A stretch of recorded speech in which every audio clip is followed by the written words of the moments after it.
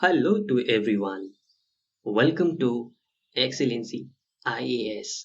In today's video, we are starting a new initiative. That is, in this video, we are going to discuss daily important current affairs via question and answers. So friends, इसको start करने से पहले मैं गांधी जी का एक coat आपके सामने रखना चाहता हूँ. उनका कोट कुछ ऐसा है: Live as if you were to die tomorrow. Learn as if you were to live forever.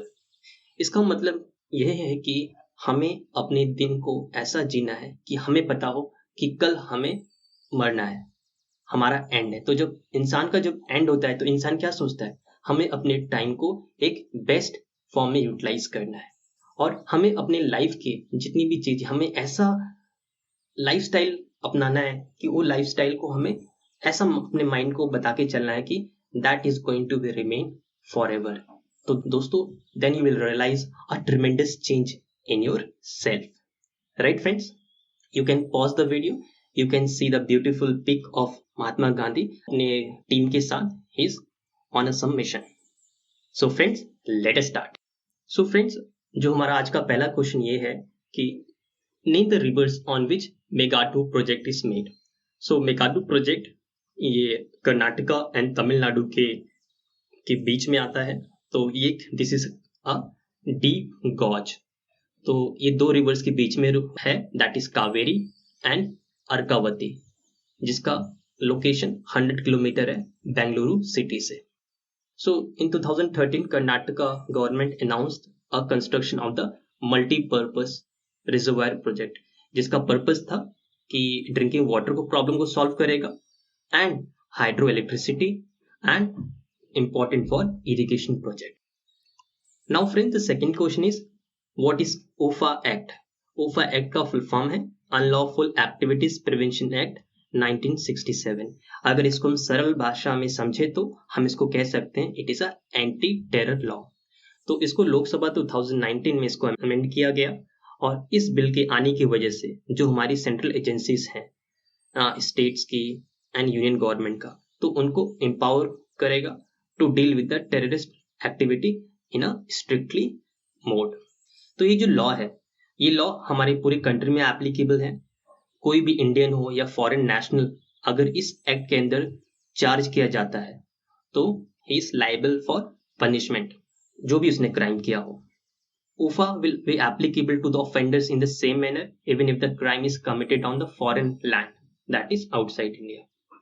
So ये जो इसकी जो प्रोविजंस हैं ये इंडियन सिटीजन्स पे एप्लीकेबल हो, वेदर यहाँ पर हो या अब्रॉड में हो. Now the next question is friends, which country recently declared by WHO malaria free.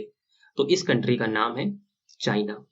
तो चाइना अभी पूरी तरह से it has became a malaria free status का इसको दर्जा मिल गया है. तो इसमें इसका एलिजिबिलिटी क्राइटेरिया क्या होता है किसी भी डिजीज से फ्री होने का? तो लगातार 4 साल तक चाइना में अभी मलेरिया के कोई भी लोकल केसेस नहीं रजिस्टर हुए और इसमें WHO की टीम ने चाइना विजिट किया, उनके रिकॉर्ड्स को चेक किया और चाइना को मलेरिया फ्री स्टेट घोषित किया. तो ऐसा ये चाइना ऐसा पहला कंट्री बन गया हमारा वेस्टर्न पैसिफिक रीजन में to be malaria free in more than 30 years. तो सबसे पहले हुआ था Australia 1981, Singapore 1982 and Brunei in 1987. तो चाइना ने एक स्ट्रेटेजी अपनाया दैट इज कॉल्ड 137 स्ट्रेटेजी. तो इसमें बेसिकली क्या था, there was a one day deadline to report a malaria diagnosis case confirm होने के बाद और and determining the spread of by the third day and measures taken to stop the spread by the 7th day.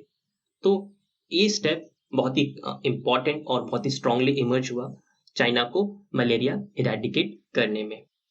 World malaria report 2020 में आया जिसमें बताया गया कि इंडिया में जो मलेरिया के केसेस हैं 20 मिलियन से अब 6 मिलियन पे आ चुका है. तो ये बहुत अच्छी बात है हमारी कंट्री के लिए और हम लोग भी एक दिन जरूर हमारा भी कंट्री मलेरिया फ्री स्टेटस का दर्जा मिलेगा.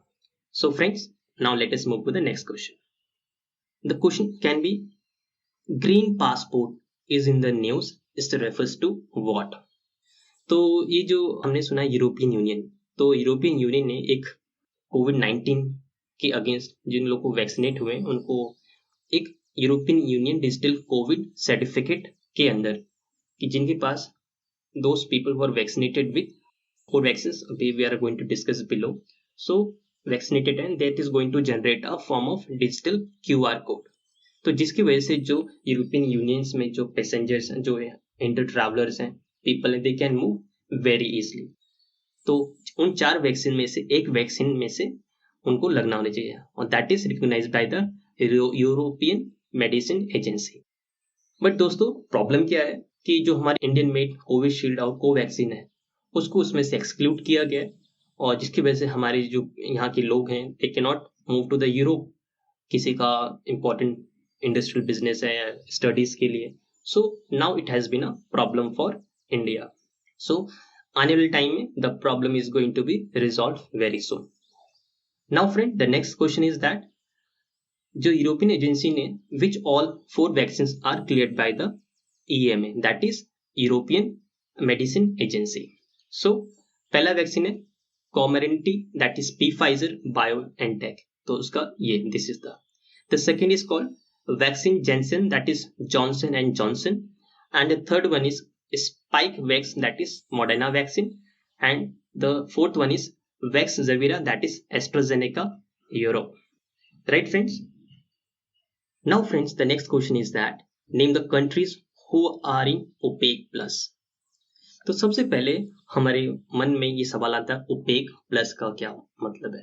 तो OPEC plus refers to the alliance of the crude producers जो कच्चा तेल जो प्रोड्यूस करते हैं.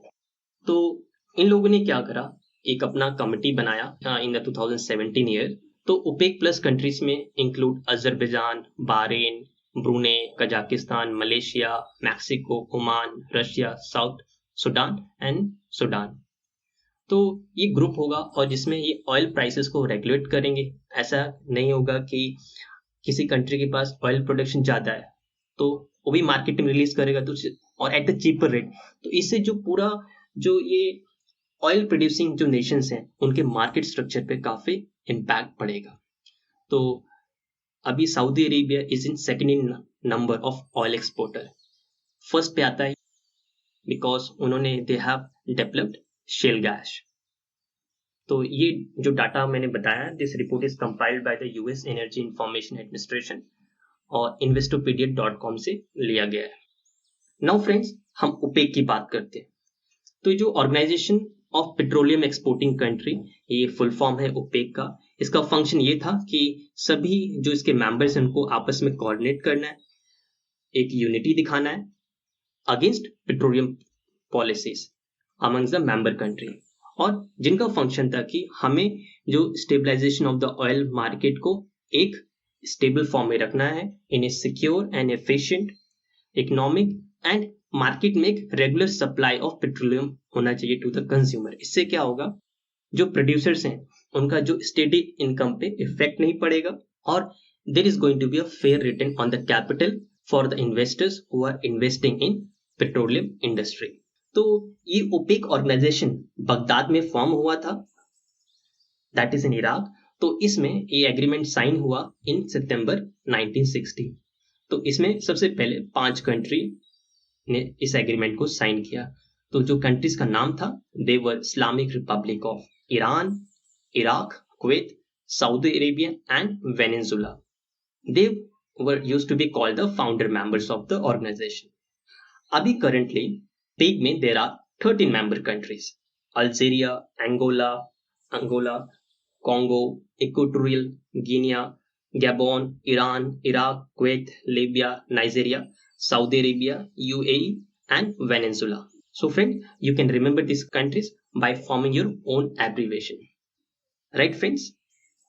So friends, the last question is that where is Yucatan Peninsula is located? तो जो Yucatan Peninsula है ये मैक्सिको में located है. यहाँ पर basically white is in use because there is a fire on the ocean surface. तो as you can see in the diagram, in the picture, this picture has been taken from the Wikipedia. So इसमें क्या हुआ, a kind of bright orange flames were emerging तो जैसे लग रहा था कि it is like a lava.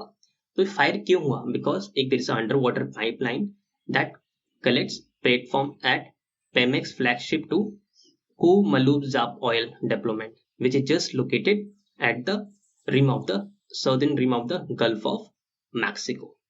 So friends, this is the issue, and thank you for watching this video. Please wear your mask, stay fit and fine. Thank you.